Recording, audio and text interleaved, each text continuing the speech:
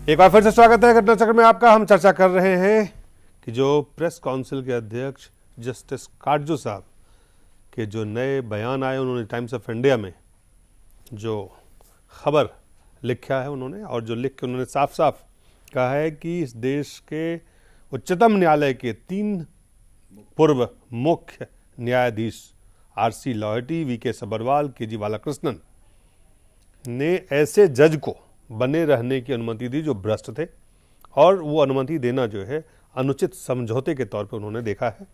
और इससे पहले आपने जस्टिस भगवती प्रसाद जो पूर्व मुख्य न्यायाधीश हैं झारखंड हाईकोर्ट के, उनको सुना, आपने नंदकिशोर गर्ग जी को सुना, आपने नीता मिश्रा को सुना, आपने देखा, और आपने पुष्पन कुलश्रेष्ठ को भी सुना। हमारे साथ नए मेहमान सुनीत चोपड़ा साहब और अवधेश कुमार वरिष्ठ पत्रकार जुड़े हुए हैं। सुनीत चोपड़ा जी, 2004 से 2009 तक आपकी पार्टी लेफ्ट जो वाम मोर्चा समर्थन करके सरकार चला रहे थे, ये उसी समय की बात है? नहीं, काटजू इनके महाप्रिय भी रहे हैं, ऐसा नहीं है। हमारे महाप्रिय कभी नहीं। जी जी, जो मैंने, ये उसी समय की बात है, आप मत आइए जी। ये इन्हीं के विचार को सुनीत चोपड़ा साहब माने जाते रहे। ये वही समय है चोपड़ा साहब, ये वही समय है। तो क्या हो गया? उसी समय में कॉम्प्रोमाइज किया गया था कि जजेस को प्रॉपर कमीशन अपॉइंट करे जी। वो ना उस सरकार ने दी थी ना इस सरकार ने दी है, जिसको आप समर्थन करते रहे। न्यूक्लियर तो आप न्यूक्लियर राहु केतु के बीच में किसी का तो समर्थन करना ही है ना, अगर जरूरी है तो। लेकिन आप उन मुद्दों को नहीं उठाते हैं जो बात आप आज टेलीविजन पे कह रहे हैं। उस समय आपने उस पे आपने उस सरकार को सीपीएम के तरफ से, चोपड़ा साहब, सुनीत चोपड़ा जी, आपके समर्थन से वो सरकार 5 साल चली। आज जो बात आप कह रहे हैं कि ये प्रोसेस होना चाहिए था, उस प्रोसेस को उस समय आपने फोर्स नहीं किया जी। तो सरकार नहीं बनती। भाजपा को 138 और कांग्रेस को 145 सीटें थी। इन्हीं लोगों की रणनीति और चक्रव्यूह में वो सरकार बनी। मेरा तो सवाल ये है कि जो ये समय था, क्या उस समय में ये चीजें कहीं ना कहीं, क्योंकि आप यूपीए को, हालांकि आप सरकार में शामिल नहीं थे, लेकिन कोऑर्डिनेशन कमेटी थी, तमाम तरह की चीज, क्या ये आप तक या आपके पार्टी तक या आपके मोर्चा तक ये बातें आई थी? मेरी समझ में ये चीजें नहीं आई होंगी, नहीं तो जरूर उस पर कोई जवाब होता। दूसरी चीज आईबी की रिपोर्ट थी उस पर्टिकुलर पीरियड में जी। हमने मनरेगा पास करवाया, हमने कई कानून पास कराए जो लोगों के लिए जरूरी थे जी। तो उसका और न्यायपालिका में जिस बात को आज आप कह रहे हैं उसकी जरूरत नहीं थी। जिस कमीशन की बात आप न्यायपालिका में नियुक्ति के लिए कर रहे हैं उसकी जरूरत नहीं थी। किसकी? जो आप कह रहे हैं कि न्यायिक प्रक्रिया में नियुक्ति की जो प्रक्रिया होना चाहिए, किस तरह का होना चाहिए, कैसे, वो उसकी जरूरत नहीं थी उस समय। नहीं, हमने कहा था कीजिए, लेकिन उसको क्यों नहीं इन्फोर्स करवाया आप? दे रहे हैं, ये आपकी सरकार नहीं है अवधेश जी। ये जो पूरी स्थिति जो इस वक्त है, ये हमारी सरकार नहीं थी। देखिए, इसको हम लोग, मुझे लगता है हम दूसरी जो तथ्य हैं, जो कथ्य हैं, जो सत्य है, और इसमें जो अर्ध सत्य और असत्य है जी, उन सबको मिला के इसको देखना पड़ेगा कि इसका निचोड़ क्या निकलता है। अरे निचोड़ तो हमने देखा है कि कांग्रेस की एक नेता का किस ढंग से ब्लू सीडी आई थी और वो पूछ रही थी जज कब बनना है, तो जज कैसे बनते हैं वो अभिषेक मनु सिंघवी ने उस सीडी में ही साबित कर दिया हमारे देश में।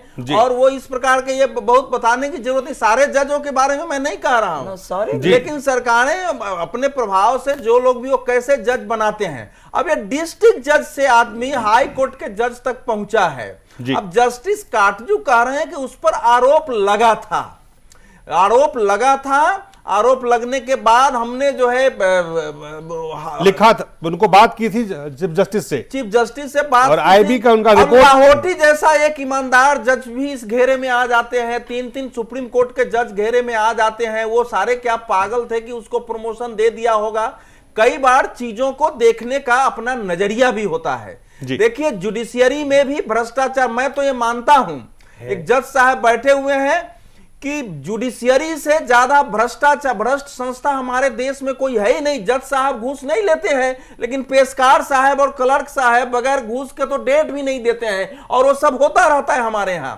अभी सुप्रीम कोर्ट के चीफ जस्टिस ने भाषण में कहा कि हमारे न्यायालय में गरीबों को पहुंचना कठिन है, और वकीलों का लतारा कि ये कितना फी ले रहे हैं। और ये विषय जो है दिलीप जी उस समय उभरा था, हम लोगों ने इसको उठाया था। मुझे अच्छी तरह याद है PIL दायर हुई थी उस समय इसी सुप्रीम कोर्ट में। ये कहना कि उस समय इनके ध्यान में नहीं था, ये गलत है।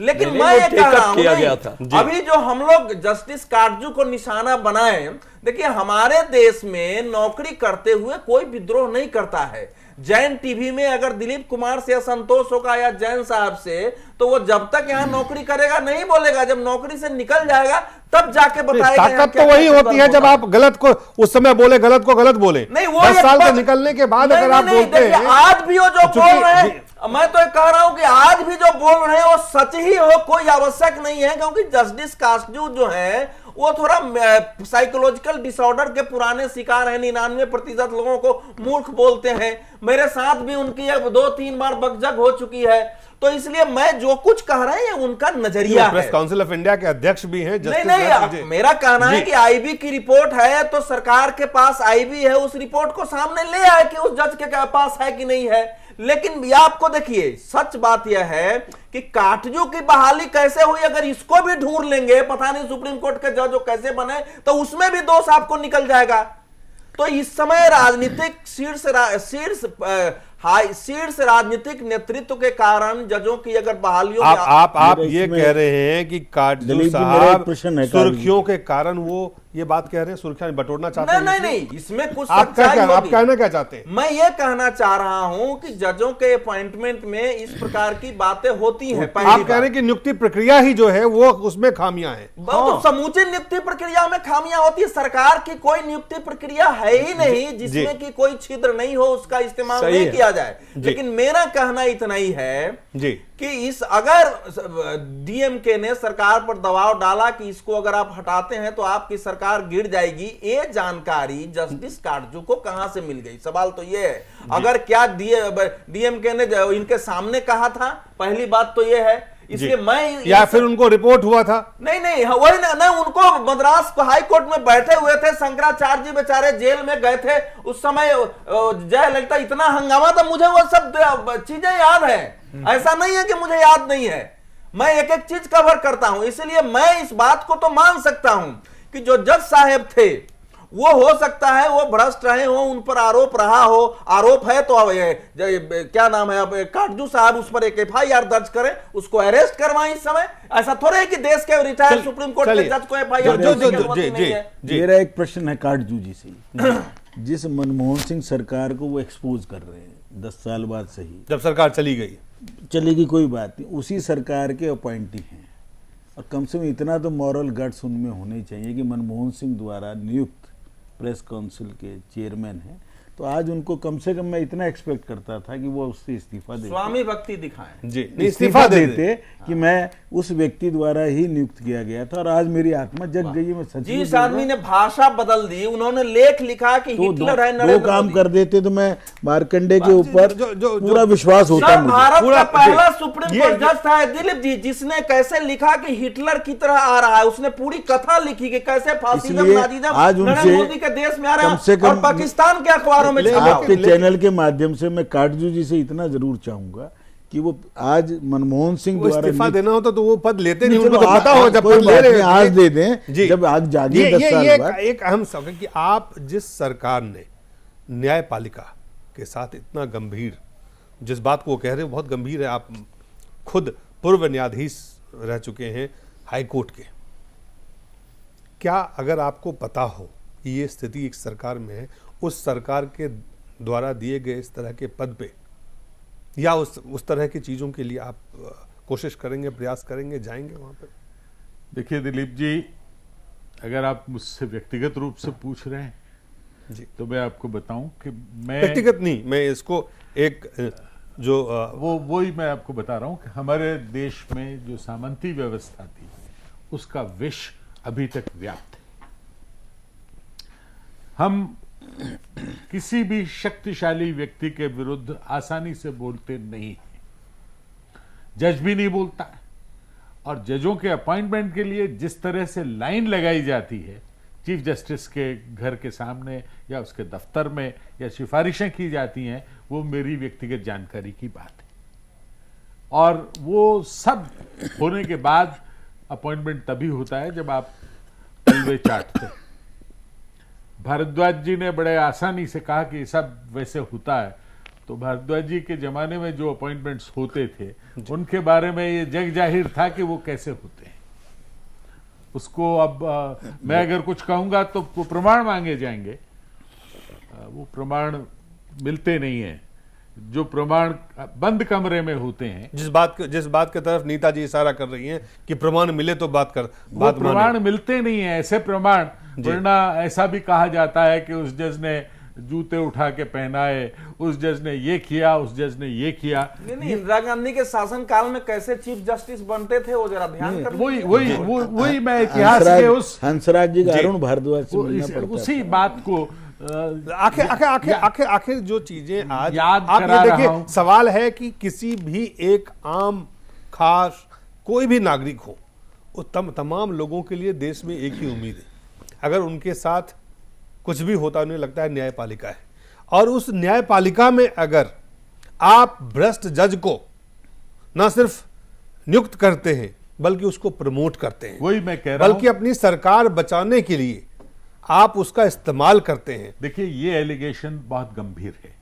ये काटजू ने क्यों लगाए जी। काटजू में 1000 गुनाह आप ढूंढ लीजिए, सारे अवगुण हो, लेकिन अगर ये बात सच है तो एक प्रश्न चिन्ह। कैसे पता चलेगा कि ये बात सच है? क्या करना और ये एक आप खुद कह रहे हैं कि जो प्रक्रिया है, जो लाइनें लगती हैं, जो स्थितियां हैं, उसको आप भी जानते हैं। आप भी देखिए, रोज सुनने में आता है कि कॉलेजियम में क्या होता है, your man by man. Merit नहीं होती कि ये एक आदमी आपका, एक आदमी आपका, इससे इस तरह के अपॉइंटमेंट होते हैं। ये इस देश के बड़े बड़े ज्यूरिस्ट कह चुके। तो कॉलेजियम वैसा। अब सिर्फ लॉ मिनिस्टर और चीफ जस्टिस था, तो भारद्वाज जी के जमाने में जो भी क्या ये बहुत जनरल है या ये एक्सेप्शनल केसेस है? How do you see this? में एक, क्योंकि ये इतना ये ऐसा देखिए आज जितने लोग देश में जहां भी हैं उन सब के मन में जो सवाल है कि ये हो क्या रहा है और क्या होगा। ये जनरल देखिए, विश जो है जी, अगर है व्यवस्था में तो फिर वो ऐसा नहीं होता कि पूरी व्यवस्था में एक जगह तो है और दूसरी जगह नहीं। एग्जैक्टली। विष तो फैलेगा और वो इतना ज्यादा फैलता है। क्या ये पूरा फैला हुआ है या फैलने की प्रक्रिया में है? सवाल ये है कि इसको एक जी देखिए, काटजू जी का कोई भी मंतव्य हो, उनका पहले कितने भी विवादित बयान हो, पर अगर ये बात सही है तो कितना बड़ा विष इस व्यवस्था में विद्यमान है, ये सवाल हमको जवाब देना चाहिए। आप दो बातें जैसे आप कह रहे हैं। एक कह रहे हैं कि आपको भी पता है, आप भी खुद मुख्य न्यायाधीश रह चुके हैं, हाईकोर्ट के रह चुके हैं, आपको भी पता है कि किस तरह से चीजें चलती है। दूसरी बात आप कह रहे हैं कि अगर ये सही है, देखिए इस बारे में मेरी व्यक्तिगत जानकारी नहीं है क्योंकि मैं मद्रास कभी नहीं गया। जी नहीं, मैं सुप्रीम कोर्ट के चीफ जस्टिस के रिकॉर्ड के बारे में मेरी जानकारी नहीं है जी। इसलिए ये इसको कैसे इस सच्चाई तक के परत तक बहुत आसान है ये सच्चाई पे पहुंचना। जैसे सारे रिकॉर्ड तो रखा जाता है। हाँ, ये रिकॉर्ड है, कॉलेजियम की मिनट्स बनती होंगी, ये सारी बातें रिकॉर्ड से हो सकती हैं। और रही बात और अपॉइंटमेंट्स की, तो सुप्रीम कोर्ट में जब भी कोई अपॉइंटमेंट होता है तो 1000 नजरें उठती हैं, गिरती हैं। ये सवाल पूछे जाते हैं कि वो जूनियर था, उसको ले लिया, सीनियर रह गया, चीफ जस्टिस बदला तो जो सुपरसीड हुआ था उसको लेके आ गए। तो ये जो एक आतंक है, जुडिशियल टेररिज्म, तो ये आतंक है एक तरह का, जो सरकार या सरकार के ऐसे लोग जो ऐसे काम करना चाहते हैं जिनकी ओर काटजू जी का इशारा है, वो इस शब्द का उपयोग करते हैं कि हम क्या करें। जज ऐसा कहता है। चीफ जस्टिस ऑफ इंडिया ने पिछले दिनों ही कहा था कि मैं इस्तीफा दे दूंगा to save the prestige of judiciary. इस्तीफा देने से कोई जुडिशरी की प्रेस्टीज बचती है क्या? लड़ना पड़ता है जी, और लड़ना जजों के बस की बात नहीं है। वो एक इस तरह की कह दीजिए एक कमजोर जो है। ब्रीड है जी। कमजोर ब्रीड है, वो मैं एक कानून का प्रश्न- फैसला दे सकते हैं। जी, बिल्कुल। लड़ नहीं सकते राजनीतिज्ञ। मैं एक प्रश्न जानकारी के लिए चाहूँगा। आधे जजेज आते हैं हाई कोर्ट में डिस्ट्रिक्ट से अपने प्रमोशन से बाय सीनियरिटी, और आधे जजेज वकीलों में से अपॉइंट होते हैं, जो जहाँ तक मेरी जानकारी। तो आप भी उसी प्रोसेस से लगे? उसमें थोड़ा बहुत पॉलिटिकल दखल होता है जिस स्टेट से लगता है नहीं, जो जहाँ तक मेरी जानकारी। परंतु जो आधे जजेज डिस्ट्रिक्ट से आए, वो अधिकांश, जो अवधेश जी का इशारा था कि वहाँ लेन देन नीचे खूब देखते हैं सामने ही, वो जो पेशकार का, क्लर्क का, पर प्रमोट हो के आते हैं। और उसमें मैं मानता हूँ आज भी 70% लोग ईमानदार भी हैं, परंतु वो बर्दाश्त कर रहे हैं देखते हुए सामने वो पैसे ले रहा है उनके साथ। और जो वकील से आते हैं, बड़ी बड़ी प्रैक्टिस, अभी अवधेश जी ने इशारा किया, एक जज, एक कैबिनेट का मिनिस्टर जब सुप्रीम कोर्ट में जाता है, एक दिन में अभिषेक साहब जो हैं ये 10 केस लेते हैं और 5.5 लाख से 11 लाख रुपए तक की एक केस की फीस है एक दिन की। तो ये जो जुडिशियल टेररिज्म भी है, दूसरा ये भी है कि कितना फीस हो। जी। एक दिन में एक आदमी की कमाई 50 लाख रुपए हो जी। तो उसकी कितनी बड़ी ताकत इंडस्ट्रियलिस्ट भी नहीं कमा पाते। तो ये एक बहुत बड़ा मसला है जुडिशियल रिफॉर्म के अंदर। इसका जजों की उससे कोई ताल्लुक नहीं है। नहीं, उनकी वकील फीस क्या वैल्यू नहीं, फीस एक किसको छोटा सा मिलती है? एक छोटा सा कमर्शियल हमें ब्रेक Judicial लेना पड़ेगा। commission की जरूरत एक छोटा सा फीस कमर्शियल ब्रेक का हमें लेना प्रश्न पड़ेगा अलग है। और तुरंत हम वापस लौटेंगे। मैं आपके